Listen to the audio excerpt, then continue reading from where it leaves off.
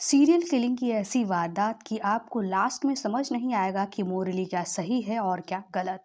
Twin bird school serial killing, सिलसिलेवार हत्या और केस संभालता assistant commissioner of police IPS Aravindan. जहां सीरियल किलर कोई सबूत नहीं छोड़ता, जिससे उसको पकड़ना अपने आप में सवाल बन गया है। 2, 4, 6, 8 मौत के आंकड़े ही सिर्फ बढ़ रहे थे, पर किलर तक पहुंच एकदम रुकी हुई थी। फिल्मी में presents crime suspense and thriller movie 11। Chennai शहर में किलर का आतंक छाया हुआ था। आए दिन न्यूज किलर के कारनामे से भरा पड़ा था। एक दिन चेन्नई बैंक को कुछ लुटेरों ने दिन दहाड़े लूट लिया। इस केस की इन्वेस्टिगेशन दी गई एसीपी अरविंदन को, जो किसी भी केस को बिना सुलझाए दम नहीं लेता था। उधर सीरियल किलर का केस संभाल रहा था एसीपी रंजीत कुमार, जो कोई क्लू न मिलने की वजह से परेशान था और ऊपर से उसे कमिश्नर की तरफ से वार्निंग भी मिल रही थी कि उसको इस केस से हटा दिया जाएगा, क्योंकि उसके केस में कोई प्रोग्रेस नहीं हो रही है। अरविंदन ने फाइनेंस कंपनी को लूटने वाले गिरोह को पकड़ने के लिए गहनों पर जीपीएस चिप फिक्स करवा दिया था, जिसे ट्रैक करके वो गिरोह तक पहुंच जाता है और गिरोह को सलाखों के पीछे कर देता है। उसकी इस सफलता से खुश होकर कमिश्नर चंद्रशेखर उसे नारकोटिक्स डिपार्टमेंट में प्रमोट करने की बात उसे बताते हैं। नारकोटिक्स में Aravindan illegal drug case investigate करने लगता है, जहां पता चलता है कि बाहर की बैन दवाओं को भारत में लाकर सस्ते दामों पर बेचा जा रहा है, जिसकी अगर 5-6 गोली एक साथ खा लेने से ब्रेन डेड हो जाता है। अरविंदन इस केस को भी स्ट्रेटजी के तहत ड्रग ठिकाने पर छापा मारकर सक्सेसफुली सॉल्व कर देता है। इधर एसीपी रंजीत केस में सुलझा हुआ था और सीरियल किलर भी अपने काम को शिद्दत से अंजाम दे रहा था।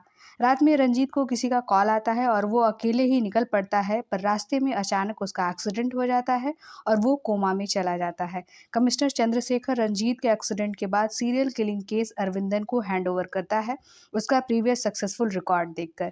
केस की रिपोर्ट देते हुए कमिश्नर बताता है कि इस केस में तुम्हारी मदद सब इंस्पेक्टर मनोहर करेगा।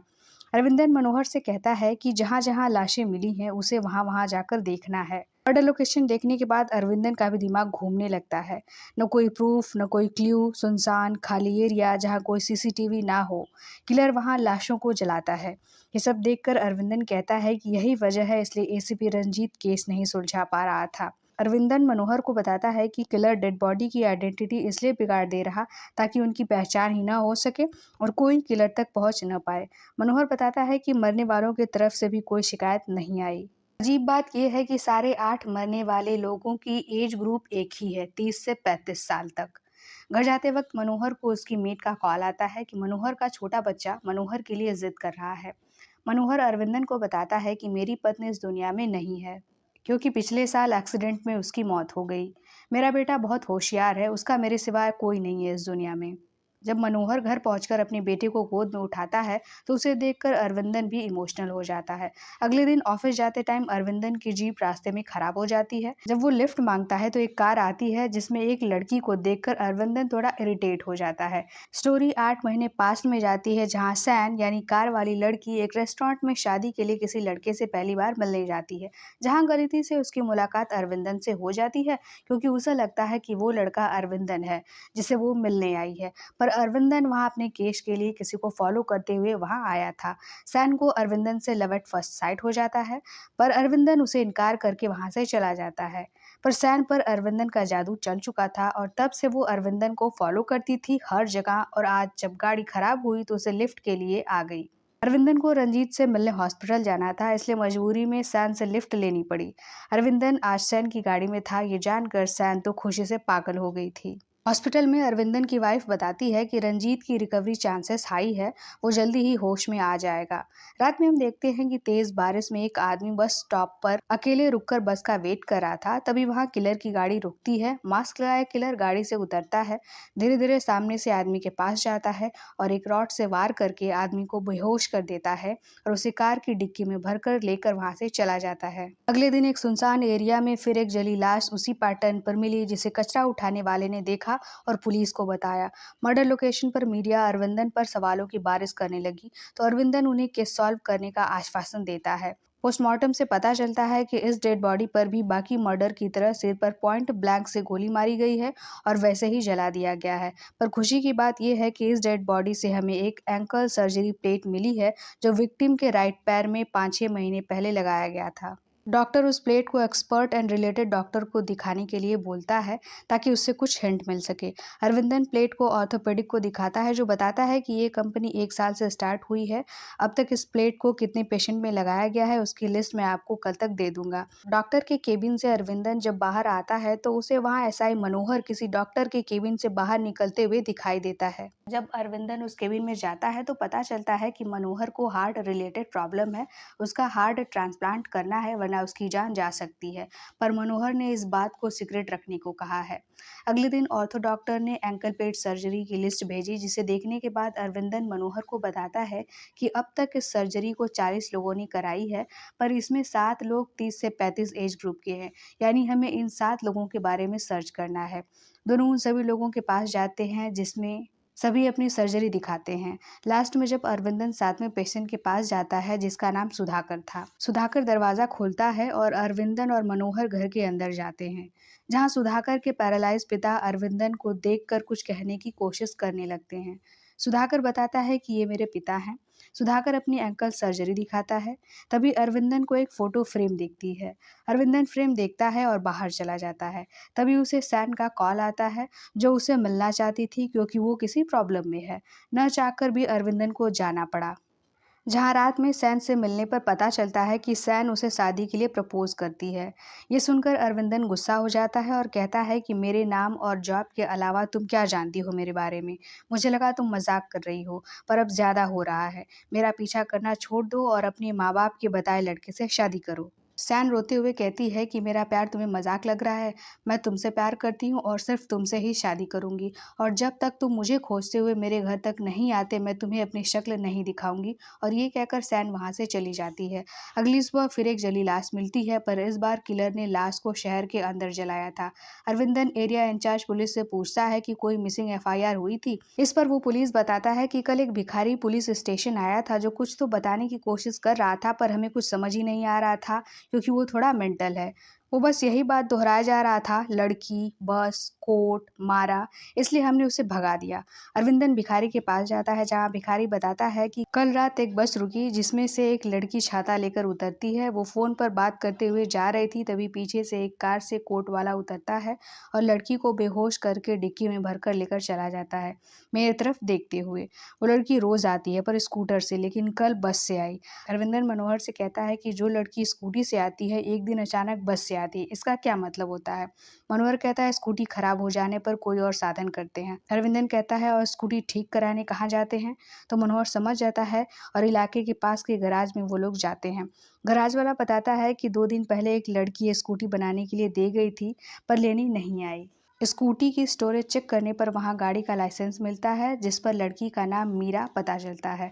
अरविंदन लाइसेंस पर दिए गए एड्रेस पर जाता है। दरवाजा मीरा ही खोलती है जिसे देखकर पुलिस इंचार्ज उसे पहचान लेता है और कहता है कि आप तो कल पुलिस स्टेशन आई थी ना। मीरा बताती है कि मेरा डॉगी खो गया था इसलिए उसकी रिपोर्ट लिखवाने गई थी, पर ऑफिसर ने मुझे डांट कर भगा दिया। अरविंदन मीरा से पूछता है कि वो पिछली रात कहाँ थी। इस पर मीरा बताती है कि वो पिछली रात घर पर ही थी। तभी मनोहर घर में खोजबीन करने लगता है। अरविंदन भी अपनी पैनी नजर दौड़ाते हुए मीरा से पूछता है कि तुमने तो कहा था कि तुम्हारा डॉगी कल खो गया, पर तुम्हारे सोफे पर तो डॉगी का एक बाल भी नहीं है और न ही उसके खाने का कोई बर्तन है। तुम क्या छुपा रही हो, सच सच बताओ वरना झूठ बोलने का अंजाम बुरा होगा। तभी मनोहर अंदर से बुलाता है। अरविंदन जब अंदर जाने लगता है तो मीरा एकदम डर जाती है। एक कमरे में जाने पर अरविंदन देखता है कि दीवार पर कई फोटो फ्रेम है जिसमें मीरा की दो दो फोटो हैं, यानी एक मीरा और एक हूबहू उसकी जुड़वा बहन। एंड वहीं पर एक और फोटो था जिस पे लिखा था ट्विन बर्ड्स स्कूल, जहाँ 11 जुड़वा बच्चे एक ही क्लास में थे, जिनमें मीरा भी एक थी। स्टोरी पास्ट में जाती है जहां अरविंदन चोरी से सुधाकर के घर जाता है क्योंकि उसे वहां वही ट्विन बर्ड्स स्कूल का फोटो फ्रेम मिला था जब वो सर्जरी प्लेट की पूछताछ के लिए सुधाकर के घर गया था। फ्रेम देखकर अरविंदन को शक हुआ इसलिए वो चोरी से सुधाकर के घर जाता है जहां उसे पता चलता है कि सुधाकर जुड़वा है। अरविंदन सुधाकर और मीरा को अलग अलग शिफ्ट में बुलाकर पूछताछ करता है, जहां दोनों सेम घटना सुनाते हैं जो उनके साथ हुआ था। सुधाकर बताता है कि उसका नाम सुधाकर नहीं सुरेंद्र है और सुधाकर मेरे जुड़वा भाई का नाम था। हम दोनों ट्विन बर्ड्स स्कूल में पढ़ते थे। पिछले महीने 30 तारीख को सुधाकर रात में मुझे कॉल करके बताता है कि आज रात वो घर देर से आएगा क्योंकि उसको बहुत काम है। अक्सर वो रात में लेट ही आता है, इसलिए मैं सो गया। पर सुबह जब मेरी नींद खुली तो देखा सुधाकर नहीं आया था और ना ही उसका फ़ोन लग रहा था। मैं उसके ऑफिस जाने ही वाला था कि एक अननोन नंबर से वीडियो कॉल आता है, जहाँ मैंने देखा एक मास्क मैन सुधाकर को बांधे हुए था और उसे टॉर्चर कर रहा था। मास्क मैन ने बोला कि मैंने अगर उसकी बात नहीं मानी और पुलिस के पास गया तो वो सुधाकर को मार देगा। मैं सुधाकर को खोना नहीं चाहता था, इसलिए मैं उसकी बताए जगह पर गया और वहाँ अचानक बेहोश हो गया। जब आँख खुली तो मैं एक अंडर कंस्ट्रक्शन साइट पर था। उसने मुझे एक रूम में जाने को कहा, जहाँ उसने किसी को बांध कर बोरे से ढक कर रखा था। उसने कहा कि अपने फ़ोन को टेबल पर रख कर वहाँ से गन उठाकर सामने बंधे इंसान के सर पर फायर कर दो और अगर तुमने उसे नहीं मारा तो कल तुम्हारे भाई की डेड बॉडी मिलेगी। मैं बहुत मजबूर था सर, इसलिए मुझे उस बंधे इंसान को मारना पड़ा जो छटपटा रहा था। गोली मारने के बाद मैं फिर वहाँ से निकल गया। उसके बाद मुझे कुछ भी याद नहीं और जब मुझे होश आया तो मैं वहाँ था जहाँ उसने मुझे पहली बार बुलाया था। उसके बाद मैं वहाँ से घर चला गया और अगली सुबह मुझे एक वीडियो आया मेरे फ़ोन पर। मीरा भी अपनी स्टोरी बताती है कि वो मीरा नहीं तारा है। मीरा कॉलेज से अपने दोस्त के घर नाइट स्टडी के लिए रुकेगी, इसलिए मैं उसका इंतज़ार न करूं, इसके लिए उसने मुझे कॉल किया था और इसलिए मैं निश्चिंत होकर सो गई। पर सुबह मुझे अननोन नंबर से कॉल आया और मुझे डराने लगा। उसने कहा कि मैं पुलिस के पास न जाऊं, पर फिर भी मैंने हिम्मत करके पुलिस के पास जाना ही सही समझा। जब मैं स्टेशन के बाहर खड़ी थी तो उसने मुझे कॉल किया कि वो मुझे देख रहा है और आगे मीरा की लाश नहीं मिलेगी उसे। इसलिए मैं डर गई और पुलिस से झूठ बोल दिया कि मेरा डॉगी खो गया। वहीं पर वो मेंटल भिखारी भी निकल के जा रहा था उसी समय जब तारा मीरा की कंप्लेन कराने आई थी। एक्चुअली भिखारी ने मीरा को ही किडनैप होते देखा था, जो वो पुलिस को बताना चाह रहा था, पर पुलिस ने पागल समझकर उसे भगा दिया था। तारा आगे बताती है कि डर के मारे मैं वहां से वापस आ गई। रात में फिर फोन आया और उसने सुनसान रेलवे स्टेशन के पीछे आने को कहा। उसके बाद मुझे कुछ भी याद नहीं। फिर वही सुरेंद्र जैसी सेम स्टोरी। अगले दिन जो दोनों को वीडियो आया उस पर रिकॉर्डिंग थी उनके उस बधे इंसान पर गोली चलाने की, जिसे देखकर दोनों और डर जाते हैं। गोली चलाने के बाद जब वो वहां से चले जाते हैं तो वहां मास्क मैन आता है और कवर हटाता है, जहां कोई और नहीं बल्कि सुरेंद्र ने सुधाकर को मारा था और तारा ने मीरा को। इसके बाद मास्क मैन ने कॉल किया और कहा कि अगर मैं पुलिस के पास गया तो वो ये वीडियो पुलिस को दे देगा। डर के मारे हम पुलिस के पास नहीं गए, पर अपने ही हाथों अपनी जान से प्यारे इंसान को मारकर हम तिल तिल मरते हैं। सुधाकर बताता है कि वो गिल्ट में फांसी लगाकर मरना चाहता था, पर अपने बीमार पिता की हालत मुझे जीने पर मजबूर करती है। अरविंदर फिर सुरेंद्र और तारा को आमने सामने बिठाता है और पूछता है, क्या तुम दोनों एक दूसरे को पहचानते हो? वो एक दूसरे को नहीं पहचानते। फिर अरविंदन ट्विन बर्ड्स स्कूल का फोटो फ्रेम दिखाता है। सुरेंद्र और तारा एक दूसरे को देखकर नाम बताते हैं और अपने बचपन की फोटो पर हाथ रखते हैं और एक दूसरे को तब पहचान जाते हैं कि वो तो क्लासमेट ही हैं। अरविंदन कहता है, क्या तुम दोनों को किसी पर शक है? दोनों जब ना कहते हैं तो अरविंदन कहता है कि अगर किलर चाहता तो खुद उन्हें मार सकता था, पर उसने तुम दोनों को मुहरा बनाया। मुझे कोई आम हत्या नहीं लगती, लगता है कोई पुराना नाता है किलर का तुम लोगों से। क्या तुम लोग ऐसे किसी इंसान को जानते हो जो तुमको नुकसान पहुंचा सके? काफी सोचने के बाद तारा अपने एक क्लासमेट का नाम लेती है, बेंजामिन, और उसको फोटो फ्रेम में दिखाती है, जो सबसे कॉर्नर में खड़ा था। तभी मनोहर तारा के फोन से एक फोटो अरविंदन को दिखाता है, जिसमें तारा और मीरा के साथ सैन थी, वही सैन जो अरविंदन से प्यार करने का दावा करती थी और शादी करना चाहती थी। मनोहर कहता है, सर मैंने इस लड़की सैन को स्टेशन के सामने वाले चाय टपरी पर अक्सर देखा है। अरविंदन तारा से फोटो के बारे में पूछता है तो तारा बताती है कि इसका नाम संजना है, ये भी हमारी क्लासमेट थी और ये उसकी बहन अंजना है, और दोनों को फ्रेम में दिखाती है। तारा बताती है कि 10th के बाद हम दोनों पिछले साल अचानक मॉल में टकरा गए। उसी समय उसने अपना नंबर दिया और बताया कि वो वसंत नगर में रहती है। हमने ये फोटो उसी मॉल में ली थी, पर उसके बाद हमारी कोई बात नहीं हुई। अरविंदन पूछता है कि क्या तुम लोग स्कूल के टाइम की कुछ बात बता सकते हो? तारा उस समय की बात बताती है। अरविंदन कहता है, ठीक है तुम लोग अब जाओ, पर शहर से मत जाना, टाइम टू टाइम इंक्वायरी के लिए आना होगा और तब तक तुम दोनों अपना मुंह भी बंद रखना। मनोहर सुरेंद्र से पूछता है कि सर्जरी तो सुधाकर की हुई थी, पर निशान तुम्हारे पैर पे था। सुरेंद्र बताता है कि सुधाकर की मौत को छुपाने के लिए मैंने खुद से ही चाकू से कट लगा लिया था, वैसा ही ताकि कोई प्रॉब्लम न हो। जब वो दोनों चले जाते हैं तो मनोहर अरविंदन से पूछता है कि सर इन्होंने मजबूरी में ही सही पर खून किया है, ऐसे में आपने इन्हें अरेस्ट क्यों नहीं किया? अरविंदन कहता था कि किलर को कोई शक ना हो कि हम उस तक पहुंचने वाले हैं। अरविंदन आगे कहता है हमें इनके स्कूल जाकर शायद कुछ पता चले। मनोहर कहता है सर अगर ये सच बोल रहे हैं तो बाकी 6 लाशें भी इनके क्लासमेट्स की ही हो सकती हैं। दोनों फिर ट्विन बर्ड्स स्कूल जाते हैं और प्रिंसिपल जिनका नाम शांति था उनको सारी बात बताते हैं। प्रिंसिपल भी बेंजामिन का नाम सुनकर शॉक हो जाती हैं। प्रिंसिपल बताती हैं कि 23 साल पहले मैंने और मेरे हस्बैंड ने मिलकर एसवी मैट्रिकुलेशन स्कूल स्टार्ट किया। 2 साल बाद अचानक 6 ट्विंस ने हमारे स्कूल में एडमिशन लिया। शहर में इस बात की काफ़ी चर्चा होने लगी और हमारा स्कूल बहुत फेमस हो गया। मेरे पति ने बिजनेस स्ट्रेटजी के तहत ये ऑफर निकाला कि ट्विंस के एडमिशन पर एक बच्चे की फीस माफ़ होगी। ये खबर सुनकर ट्विंस की संख्या और बढ़ने लगी, इसलिए हमने अपने स्कूल का नाम चेंज करके ट्विन बर्ड्स स्कूल रख दिया। एक दिन हम चेस टूर्नामेंट में चीफ गेस्ट बनकर गए। वहाँ पहली बार हम बेंजामिन से मिले क्योंकि वो ही चेस टूर्नामेंट का विनर था। वहाँ हम उसके जुड़वा भाई फ्रांसिस से भी मिले। बेंजामिन चेस में काफ़ी अच्छा था, इसलिए मेरे पति को लगा कि हम बेंजामिन के काबिलियत का फ़ायदा उठाकर अपने स्कूल को और फेमस कर सकते हैं। हम बेंजामिन के घर गए उसके पेरेंट्स से मिलने, पर वहाँ हमें पता चला कि बेंजामिन के पेरेंट्स की एक्सीडेंट में मौत हो गई।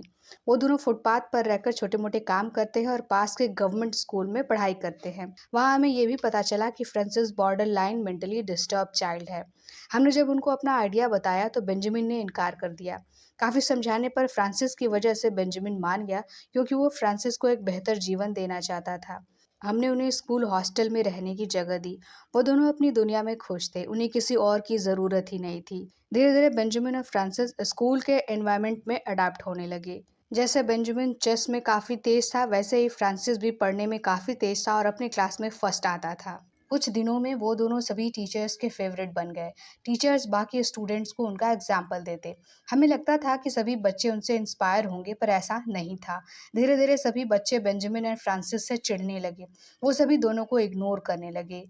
एक बार स्कूल पीटीएम में दोनों एक दूसरे का पेरेंट्स बनकर आए और इस बात ने सभी का दिल जीत लिया। यहाँ तक कि सभी पेरेंट्स काफ़ी खुश हुए और अपने बच्चों को भी उनके जैसा बनने के लिए डांटने लगे। अब ये देखकर सभी क्लासमेट्स दोनों से और जलने लगे। एक दिन सारे क्लासमेट्स फ्रांसिस को पागल बोलकर चिढ़ाने लगे। ये बात जानकर बेंजामिन ने उन्हें खूब मारा। इस घटना के बाद हमने बेंजामिन को सजा दी, पर उस सजा का असर फ्रांसिस पर ज़्यादा हुआ। कुछ ही दिन बाद दिल्ली में ऑल इंडिया चेस टूर्नामेंट होने वाला था। बेंजामिन का नाम भी हमने एनरोल करा दिया। मैं भी नेशनल चेस प्लेयर हूँ, तो डेली स्कूल के बाद मैं खुद बेंजामिन के साथ चेस प्रैक्टिस करती थी, पर वो हर बार हार जाता था। गुस्सा होकर मैंने कहा कि अगर ऐसे ही खेलना है तो अच्छा है तुम पार्टिसिपेट ही मत करो। ये सुनकर बेंजामिन एक बार और खेलने की जिद करता है। जब उस बार मैंने खेला तो उसने बड़े मास्टरमाइंड की तरह खेलकर मुझे बुरी तरह से हरा दिया। उसकी सभी चालें इतनी स्मार्ट थी कि मुझे पता ही नहीं चलता है कि मेरी मात कहाँ से हो गई। अक्सर सबके पास प्लान ए या प्लान बी होता है, पर बेंजामिन ऐसा है जिसके पास प्लान सी भी होता है। उसकी हर चाल में उसके तीनों प्लान शामिल होते हैं। खेल के दौरान इस बात का पता चलना मुश्किल है, पर खेल खत्म होते ही आपको पता चल जाएगा। तब मैंने उससे पूछा कि जब वो मास्टरमाइंड है तो रोज मुझसे हार क्यों जाता है? तो बेंजामिन कहता है आप मेरी माँ की तरह लगती हो और माँ को मैं कैसे हारने दे सकता हूँ। उसकी ये बातें सुनकर मेरा दिल पिघल गया। तभी अचानक से हॉस्टल की लाइट कट गई और बेंजामिन घबराकर वहां से भागकर फ्रांसिस के पास जाता है, जो अंधेरे की वजह से डर कर जोर जोर से रो रहा था। फ्रांसिस को अंधेरे से डर लगता है, उसे निक्टोफोबिया था। अंधेरे में उसकी सांस घुटने लगती है। टूर्नामेंट के दिन बेंजामिन को दिल्ली निकलना पड़ा मेरे हस्बैंड के साथ और फ्रांसिस अकेले मेरे साथ रहा। मुझे लगा बेंजामिन और बाकी बच्चों के बीच की लड़ाई खत्म हो गई होगी, पर ऐसा नहीं था। बेंजामिन के जाने के बाद वे सभी फ्रांसिस को खूब परेशान किए, पर जब बेंजामिन टूर्नामेंट जीत कर आया तो लड़ाई की वजह से डर कर फ्रांसिस ने बेंजामिन को कुछ नहीं बताया। अगले दिन दोनों का बर्थडे था। उस दिन दोनों का लैब भी था, एक को केमिस्ट्री लैब जाना था और दूसरे को फिजिक्स लैब।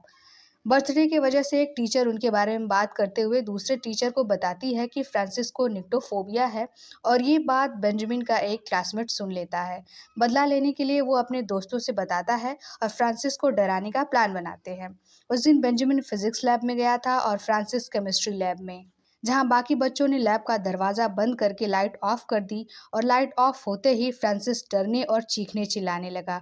उसके रोने की आवाज़ जब बेंजामिन को सुनाई दी तो वो भाग कर आता है और दरवाज़ा खोलने की रिक्वेस्ट करता है, पर उन सब ने दरवाज़ा नहीं खोला। काफी देर तक रोने की वजह से फ्रांसिस की सांसें घुटने लगी और वो मर गया।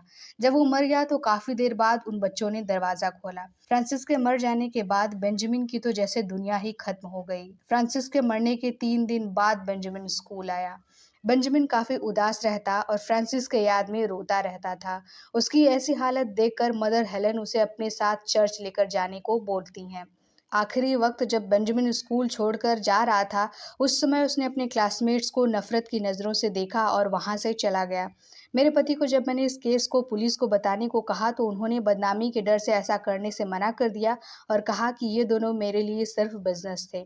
उसके बाद बेंजामिन मदर हेलन के साथ चला गया, जहां से उसे किसी पेरेंट्स ने अडॉप्ट कर लिया। पर बेंजामिन ने मदर हेलन से रिक्वेस्ट किया कि वो बेंजामिन के अडॉप्शन की डिटेल किसी को न बताएं और उसके बाद से हमारा कांटेक्ट बेंजामिन से खत्म हो गया। अरविंदन फिर पूछता है कि मैडम, ट्विन बर्ड स्कूल और आपके पति का क्या हुआ? तो मैडम बताती हैं कि ऊपर वाले ने न्याय किया और हमें हमारे कर्मों की सजा दी। एक दिन अचानक शॉर्ट सर्किट से स्कूल में आग लग गई और पूरा स्कूल जल गया। लॉस की वजह से हस्बैंड सुबह शाम शराब पीने लगे और हेल्थ खराब होने की वजह से उनकी डेथ हो गई। अरविंदन प्रिंसिपल मैम से उस साल की क्लास रिकॉर्ड मांगता है, जो खोजने के बाद मैडम उसे देती हैं, जिसमें उन बच्चों के एड्रेस थे। स्कूल रिकॉर्ड और पोस्टमार्टम रिकॉर्ड को मैच करने से पता चलता है कि फ्रांसिस अपने बर्थडे के दिन मरा था और 10 में से जो 8 लोग मरे हैं वो भी अपने बर्थडे के दिन ही मरे हैं। अरविंदन कहता है कि तारा और सुरेंद्र की तो स्टोरी हमें पता है, अब बाकी के 6 लोगों से पता करो कि क्या उनके साथ भी ऐसा ही हुआ था। और मैं बाकी बचे 2 ट्विंस को खोजता हूँ, जिसमें संजना, अंजना और धीरन धीरज है। एड्रेस के अकॉर्डिंग अरविंदन संजना के घर जाता है, जहाँ दरवाजा अंजना खोलती है। अंजना को देखकर अरविंदन हैरान था। अंजना बताती है कि वो संजना की ट्विन है और बताती है कि सैन आपके बारे में बहुत बात करती है। अंजना संजना को बुलाती है। संजना अरविंदन को देखकर खुशी से गले लगा लेती है, क्योंकि उसे लगा अरविंदन उसे खोजते हुए आया है। अरविंदन फिर उनको पूरी बात बताता है और दोनों बहनों को सेफ हाउस ले जाने को कहता है और उन्हें सेफ हाउस में मनोहर के निगरानी में रख देता है। मनोहर भी बताता है कि बाकी 6 क्लासमेट्स के साथ भी वैसा ही हुआ था जैसा तारा और सुरेंद्र के साथ हुआ था। अब बचे थे धीरन और धीरज। अरविंदन कई जगह उनके बारे में पूछताछ करता है, पर कोई भी धीरन और धीरज के बारे में नहीं जान रहा था। खोजते खोजते अरविंदन एक दुकानदार के पास जाता है, जो बताता है कि उनके माँ के देहांत के बाद उन्होंने ये दुकान हमें बेच दी और यहाँ कभी कभी आते हैं और हमें उनका कोई अता पता नहीं है। रात में अरविंदन को कॉल आती है कि एक और मर्डर हो गया है। क्राइम सीन पर कमिश्नर भी आए थे, जो काफी गुस्सा हो रहे थे। वो कहते हैं कि जिसको हम नहीं खोज पा रहे उसे बेंजामिन ने कैसे खोज लिया। और ये धीरन है कि धीरज, ये भी पता नहीं। अरविंदन कहता है ये धीरन है, क्योंकि उस दिन धीरन फिजिक्स लैब में था। कमिश्नर साहब पूछते हैं तुम्हें कैसे पता? अरविंदन बताता है तारा, सुरेंद्र और बाकी क्लासमेट से हमें पता चला कि बेंजामिन उनको मार रहा था जो उस दिन फिजिक्स लैब में थे, बेंजामिन के साथ, न कि उनको जो केमिस्ट्री लैब में फ्रांसिस को परेशान करके मार दिए थे। कमिश्नर पूछते हैं पर वो फिजिक्स लैब वालों को क्यों मार रहा? उसे बदला लेना ही है तो केमिस्ट्री लैब वालों से लेता। इस पर अरविंदन कहता है क्योंकि वो केमिस्ट्री लैब वालों को तड़पाना चाहता है जितना वो तड़पा फ्रांसिस के लिए। जो मर जाता है उसका दर्द खत्म हो जाता है, पर जो जिंदा रहता है पल पल का गिल्ट उसे हर पल मारता है। और यही सजा वो केमिस्ट्री लैब वाले ट्विंस को देना चाहता है, ताकि वो अपने ट्विंस को खुद मारने के गिल्ट में जीवन भर तड़पते रहे। कमिश्नर कहते हैं ऐसा केस मैंने अपने जीवन में कभी नहीं देखा। कमिश्नर बताते हैं कि रंजीत हॉस्पिटल से डिस्चार्ज हो गया है और वो तुमसे मिलना चाहता है। रविंदर रंजीत के घर जाता है। रंजीत बताता है कि मेरा एक्सीडेंट एक प्लानिंग थी। मुझे फेक मर्डर रिपोर्ट दी गई, जिसे देखने मैं वहां जा रहा था, पर रास्ते में एक ब्लैक कार आई जिसने मुझे क्रॉस करके मेरा बैलेंस बिगाड़ दिया और कार क्रैश हो गई। बाद में उस आदमी ने मुझे हॉस्पिटल के बाहर भी छोड़ा और उसका नाम बेंजामिन है। अरविंदन उसी समय अपनी सिगरेट निकालकर लाइटर से जलाकर पीने लगता है, फिर वहां से चला जाता है। स्कूल प्रिंसिपल अरविंदन को कॉल करके बताती हैं कि हर साल फ्रांसिस के डेथ एनिवर्सरी पर मैं उसकी कब्र पर फूल रखने जाती हूँ, पर वहां मुझसे पहले ही कोई फूल रख जाता है। अरविंदन कहता है यानी बेंजामिन। प्रिंसिपल बताती हैं कि कल फ्रांसिस की डेथ एनिवर्सरी है और बेंजामिन जरूर आएगा, इसलिए अरविंदन वहां 12 बजे तक कब्रगाह पर पहुंच जाता है। काफी देर वेट करने के बाद उसी ब्लैक कार में मास्क लगाए किलर हाथों में बुके लेकर आता है। फ्रांसिस के कब्र के पास फूल रखकर बेंजामिन जब अपने चेहरे से मास्क हटाता है तो पता चलता है कि वो मास्क मैन होता है एसआई मनोहर। अरविंदन पीछे से उस पर गोली तानता है, पर अचानक से बेंजामिन यानी मनोहर उस पर वार करके वहां से भाग जाता है और अरविंदन उसका चेहरा नहीं देख पाता। अरविंदन बेंजामिन का पीछा करने लगता है, पर वहां कोई और भी था जो पता नहीं किसका पीछा कर रहा था। इस बात से बेखबर कि मनोहर ही बेंजामिन है, अरविंदन मनोहर से कहता है कि बेंजामिन को हमारे प्लान के बारे में पता चल गया है। अब अंजना संजना को यहाँ रखना सेफ नहीं है, हमें कहीं और शिफ्ट होना होगा। और मनोहर से ये बोलकर अरविंदन अंजना और संजना को लेने जाता है, जहां वो देखता है कि दोनों रस्सी से बंधी हैं। तभी मनोहर पीछे से अरविंदन के सिर पर वार कर देता है और अरविंदन बेहोश होकर जमीन पर गिर जाता है। उसके बाद मनोहर फिजिक्स लैब में उस दिन रहने वाली अंजना को लेकर चला जाता है। होश आने पर अरविंदन संजना को लेकर बेंजामिन के पीछे जाता है, क्योंकि सूत्रों से पता चला कि ब्लैक कार एक अंडर कंस्ट्रक्शन बिल्डिंग की तरफ गई है। उस बिल्डिंग में अरविंदन को बेंजामिन की कार दिखती है। अंदर जाने पर बेंजामिन आगे से चलकर आता है और दोनों में फाइट होने लगती है। इधर संजना अंजना को खोज रही होती है। बेंजामिन फाइट में जीत जाता है और दूर पड़ी गन लेकर अंजना की तरफ जाता है। तभी वहां एसीपी रंजीत की गाड़ी भी आ जाती है। अरविंदन संजना को बताता है कि बेंजामिन अंजना को मारने के लिए गन लेकर लिफ्ट से जा रहा है। वो अंजना को मारे इससे पहले लिफ्ट ओपन होते ही तुम उस पर गोली चला देना। और संजना यही करती है, पर ट्रेजेडी ये होती है कि लिफ्ट में बेंजामिन नहीं अंजना होती है, जिसके हाथ पीछे बंधे थे और मुंह में कपड़ा ठूसा हुआ था। संजना ने भी तारा और बाकियों की तरह अनजाने में अपनी बहन को खुद ही मार दिया। एंड यहाँ स्टोरी जाती है पास्ट में, जब अरविंदन एंड बेंजामिन की फाइट हो रही थी। एक्चुअली गन बेंजामिन नहीं बल्कि अरविंदन ने उठा ली थी और उसे बेंजामिन पर तान दिया, पर तभी हवा से अरविंदन का शर्ट थोड़ा उड़ा और उसके चेस्ट पर फ्रांसिस का निशान दिखा, जिसे देखकर मनोहर के होश उड़ गए। एंड फाइनली रिवील होता है बेंजामिन, जो कि कोई और नहीं बल्कि एसीपी अरविंदन ही था। अपनी ही बहन को अपने ही हाथों मारकर संजना चीख चीख कर रो रही थी, और तभी वहाँ एसीपी रंजीत आता है। एसपी रंजीत मनोहर से पूछता है कि बेंजामिन कहाँ है, और वो जब आगे बढ़ता है तो देखता है कि अंजना मारी जा चुकी है। और तभी लिफ्ट का दरवाज़ा खुलता है और हाथ ऊपर किए सरेंडर करता हुआ आईपीएस अरविंदन कहें या बेंजामिन सामने आता है, जिस पर एसीपी रंजीत बंदूक तान देता है। सेटिस्फाइंग स्माइल के साथ संजना को देखते हुए अरविंदन रंजीत के साथ आगे जाता है और सरेंडर कर देता है रंजीत के सामने। रंजीत कहता है, मैं तुम्हें क्या बुलाऊं, एसीपी अरविंदन या खूनी बेंजामिन? तुमने तो पुलिस डिपार्टमेंट में रहकर ही पुलिस डिपार्टमेंट का मजाक बना दिया। तुम्हारे क्लासमेट्स ने तुम्हारे भाई के साथ जो किया वो उनसे अनजाने में हुआ था। इस पर अरविंदन कहता है कि मेरा भाई भी उनके ही उम्र का था उस समय। रंजीत कहता है, अपने गुनाह को तुम बदले का नाम मत दो। ये सुनकर अरविंदन कहता है, आपको ये गुनाह लग रहा हो, पर आप मेरे साइड पे होंगे तो आपको पता चलेगा कि ये गुनाह नहीं है। रंजीत कहता है, इतने सालों बाद भी तुम्हारा गुस्सा अभी भी उतना ही है। अरविंदन कहता है, मैंने सपने में भी नहीं सोचा था कि मुझे फ्रांसिस के बगैर इस जीवन में रहना पड़ेगा। मैं उसके लिए कितना तड़पा हूँ इसका अंदाजा आपको नहीं लगेगा कभी भी। उसके बिना काटा गया हर एक दिन मेरे लिए सिर्फ जहन्नुम था। वो सभी लोग मेरी जिंदगी खराब करके खुद अपनी जिंदगी में बहुत खुश थे। उनकी खुशियों को देखकर मेरा गुस्सा बढ़ता जा रहा था। तब मैंने फैसला किया कि जिस दर्द से मैं गुजर रहा हूँ वो भी उसी दर्द से गुजरेंगे। अगर मैं एक आम आदमी होता तो मैं उन लोगों को कभी मार नहीं पाता, और पुलिस को चकमा देना इतना आसान नहीं होता।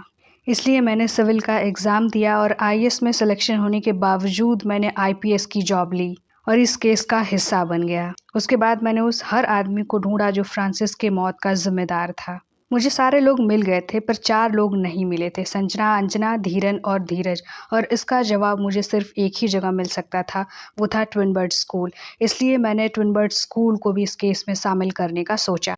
मैं पकड़ा न जाऊं इसलिए मुझे इस केस का हिस्सा बनना था। इसलिए मैंने अपने पहले शिकार को मारकर उसे जलाकर अपने ही एरिया में फेंक दिया। मैंने सोचा ही नहीं था कि इतनी प्लानिंग के बाद भी कमिश्नर ये केस तुम्हें दे देंगे। मुझे पता था कि तुम 6 लाशों को आइडेंटिफाई नहीं कर पाओगे, लेकिन तुम्हें अगर सुधाकर के पैर की सर्जरी प्लेट मिल जाती तो तुम गुत्थी सुलझा लेते। इसलिए सुधाकर के मर्डर से पहले ही मैंने तुम्हारा एक्सीडेंट करवा दिया। मेरा इरादा तुम्हें मारने का नहीं था, इसलिए मैंने तुम्हें हॉस्पिटल के बाहर छोड़ दिया था कि तुम्हारी जान बच जाए और तुम इस केस से बाहर भी हो जाओ और ये केस मुझे मिल जाए। हुआ भी वही, और इस केस की जिम्मेदारी मेरे हाथों में आ गई। उसके बाद मैंने सुधाकर को मारा, फिर मीरा की जान ली। ट्विन बर्ड स्कूल को मैंने इस केस में इसलिए लाया ताकि मैं 2 लोगों का एड्रेस जान सकूं, जिन लोगों का पता अभी तक मुझे नहीं चला था। मैंने धीरन और धीरज का पता लगाकर धीरन को मार दिया। सब कुछ मेरे प्लान के अकॉर्डिंग ही चल रहा था।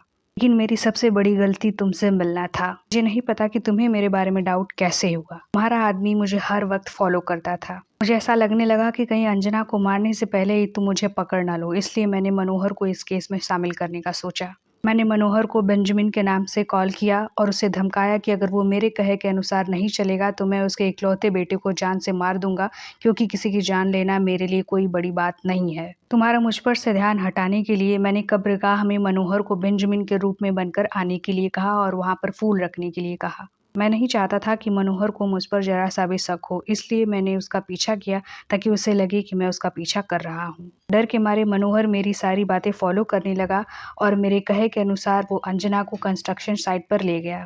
सब प्लान के अकॉर्डिंग चल रहा था और अंजना भी मारी गई, और इन सब के लिए मैंने मनोहर का साथ लिया और मनोहर को मैंने धमकाया था, इसलिए मनोहर इस खेल में शामिल था। लेकिन मनोहर को इसके बारे में कुछ भी नहीं पता था कि कौन बेंजामिन है और कौन क्या चीज़ें चल रही हैं। उसने सिर्फ अपने बेटे के प्यार में ये सब किया। वो बिल्कुल निर्दोष है, उसका इन सभी खूनों से कोई लेना देना नहीं है। रंजीत कहता है, इतने बड़े मास्टर प्लान के बावजूद आखिर तुम पकड़े ही गए। जानते हो कैसे? तुम्हारे लाइटर की वजह से। और वो लाइटर दिखाता है। हॉस्पिटल से डिस्चार्ज होने के बाद जब तुम मुझसे मिलने मेरे घर आए थे और मेरे सामने सिगरेट पीने के लिए लाइटर निकाला, तो मैंने देखा कि ये लाइटर तो मैंने पहले कहीं देखा है। फिर मुझे याद आया कि बेंजामिन जब मुझे हॉस्पिटल लेके जा रहा था तो उसके पास भी ठीक वैसा ही लाइटर था। इस वजह से मुझे तुम पर शक होने लगा और मैंने तुम्हारा बायोडेटा चेक किया।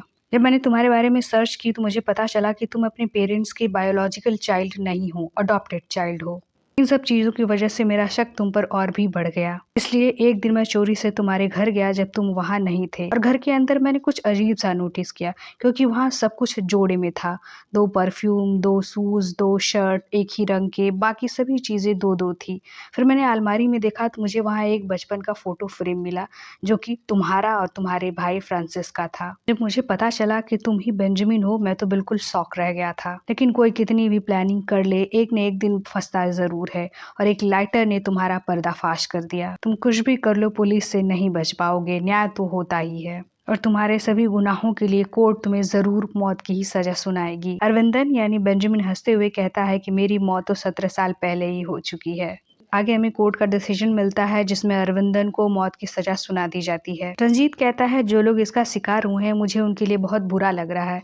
ये सुनकर ऐसा ही मनोहर कहता है कि सर, आपको उनके लिए बुरा लग रहा है, लेकिन आप बेंजामिन के लिए भी सोचिए। जब वो बचपन में था तो उसे अपने भाई के बिना रहना कितना मुश्किल लगा होगा, जो कि आज इतने बड़े बदले के रूप में सामने निकल कर आया। तभी वहां एक आदमी दौड़ा दौड़ा आता है और एसीपी रंजीत से टकरा जाता है, जिसे देखते ही एसीपी रंजीत हैरान होकर पूछता है, तुम यहाँ? तुम्हें तो बैंक लूटने के केस में अंदर किया गया था ना? तुम्हें तो जेल में होना चाहिए था, तुम यहाँ क्या कर रहे हो? वो आदमी कहता है, सर वो मेरा भाई धीरन है और मैं धीरज हूँ। हम दोनों ही बैंक चोरी का काम करते हैं, और उस दिन जब पुलिस हमें पकड़ के लेके जा रही थी तो उस दिन मैं वहाँ नहीं था और सिर्फ मेरा भाई ही पकड़ा गया था, धीरन, जो अभी जेल में है। और मैं कुछ दिन के लिए छुप गया था ताकि पुलिस मुझे पकड़ न सके। आज सुबह ही मैंने बेंजामिन की खबर सुनी और इसलिए अपने भाई की जान बचाने के लिए मैं यहाँ भागकर आपके पास आ रहा हूँ।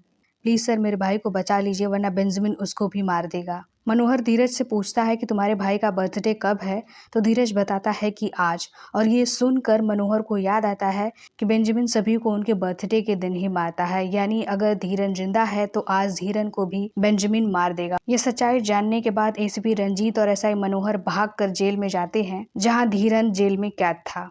पर ताज्जुब की बात ये थी कि बेंजामिन भी उसी जेल में कैद था, और जब तक एसीपी रंजीत और एसआई मनोहर वहां पहुंचते हैं तब तक बेंजामिन यानी अरविंदन ने धीरन को पानी में डुबाकर मार दिया। और तभी मनोहर को याद आता है प्रिंसिपल शांति मैम का कहा हुआ कि हमारे पास या तो प्लान ए होता है या तो प्लान बी, लेकिन बेंजामिन के पास प्लान सी भी होता है, और हर चाल में उसके ये तीनों प्लान शामिल होते हैं। खेल के शुरू में तो इस चीज़ की जानकारी नहीं हो पाती है, लेकिन जब खेल खत्म होता है तो आपको पता चलता है कि वो तीनों प्लान से आपको फंसा रहा था। स्लो मोशन में चलता हुआ बेंजामिन एसीपी रंजीत के पास जाता है और स्टोरी पास्ट में जाती है, जहां वो बताता है कि मैं धीरन और धीरन को खोजते हुए सब्जी मंडी में गया, जहां हमें पता चला कि धीरन बैंक चोरी के केस में जेल में गया हुआ है, और उस दिन मुझे पता चला कि मेरा आखिरी शिकार जेल में है। मैंने बिना किसी की नज़र में आए एक लावारिस लाश को धीरन की लाश बताकर सामने कर दिया। ताकि लोगों का ध्यान धीरन से हट जाए और मैं उसे मार सकूं। और इसलिए मैंने तुम्हें इस प्लान में शामिल करने का सोचा, क्योंकि तुम ही मुझे जेल तक पहुंचा सकते हो। मुझे पता था कि जब तुम्हारा एक्सीडेंट हुआ था और मैं सिगरेट पी रहा था तो तुमने मेरा लाइटर देख लिया था। इसलिए मैंने चाय पीते वक्त सिगरेट पीने का कहा, लाइटर निकाल कर तुम्हारे सामने रखा और तुम उस लाइटर को देखकर हैरान हो रहे थे। मैंने सिर्फ एक जाल फेंकी और तुम उस जाल में फंस गए। वो मैंने जाल फेंका था और तुम्हें लगा तुमने मुझे पकड़ लिया है। तुमने मुझे पकड़ा नहीं, मैंने तुम्हें फंसाया और तुम मुझे जेल में लेकर आ गए ताकि मैं धीरन को मार सकूं, और मैंने उसे मार दिया। उसके बाद बेंजामिन मनोहर की तरफ मुड़ता है और उससे कहता है कि अपने बेटे का ख्याल रखना, उसे खूब पढ़ाना लिखाना और एक अच्छा इंसान बनाना। उसके बाद बेंजामिन अपने हार्ट की तरफ इशारा करता है और फिर मनोहर की तरफ इशारा करते हुए कहता है कि अपना ख्याल रखना। फिर वो पीछे मुड़ जाता है। तभी हम देखते हैं कि बेंजामिन अपने हाथ में कुछ 6-7 टैबलेट्स लिए हुए था और स्टोरी फ्लैशबैक में जाती है, जहां ड्रग छानबीन करते वक्त उसे पता चला था कि ये वो टैबलेट है जिसकी 5-6 गोली खा लेने से ब्रेन डेड हो जाता है और आदमी मर जाता है। और बेंजामिन ने वो सारी टैबलेट्स खा ली और पानी के पास जाकर झांकने लगा और उसे वहां पे फ्रांसिस का चेहरा नजर आ रहा था। यानी अब वो फ्रांसिस से मिलने वाला था ऊपर आसमानों की दुनिया में। और बेंजामिन की मौत हो जाती है। अपने भाई का बदला लेते हुए बेंजामिन अपने भाई के पास चला जाता है। अब तक वो शायद जी इसीलिए रहा था ताकि वो अपने भाई का बदला ले सके। अपनी आखिरी इच्छा में बेंजामिन अपना दिल मनोहर को देना चाहता है ताकि उसकी हार्ट सर्जरी हो सके और उसका बेटा अनाथ न रहे इस दुनिया में, क्योंकि अनाथ रहकर उसने देख लिया था कि अनाथ होना कितना कष्टदायक होता है और अनाथ रहकर गुजारा करना कितना मुश्किल होता है। वो नहीं चाहता कि मनोहर का बेटा भी एक अनाथ जिंदगी जिए। बेंजामिन ने एक लेटर दिया था प्रिंसिपल मैम को। मैम ने जब वो लेटर खोला तो उस पर लिखा था अम्मा, जिसे पढ़कर प्रिंसिपल मैम खूब रोती हैं और ये मूवी यहीं खत्म हो जाती है, इस भ्रम में छोड़ते हुए कि क्या बेंजामिन विलन था या नहीं। आपको बेंजामिन को लेकर क्या ख्याल है, कमेंट सेक्शन में ज़रूर बताइएगा। Bye bye.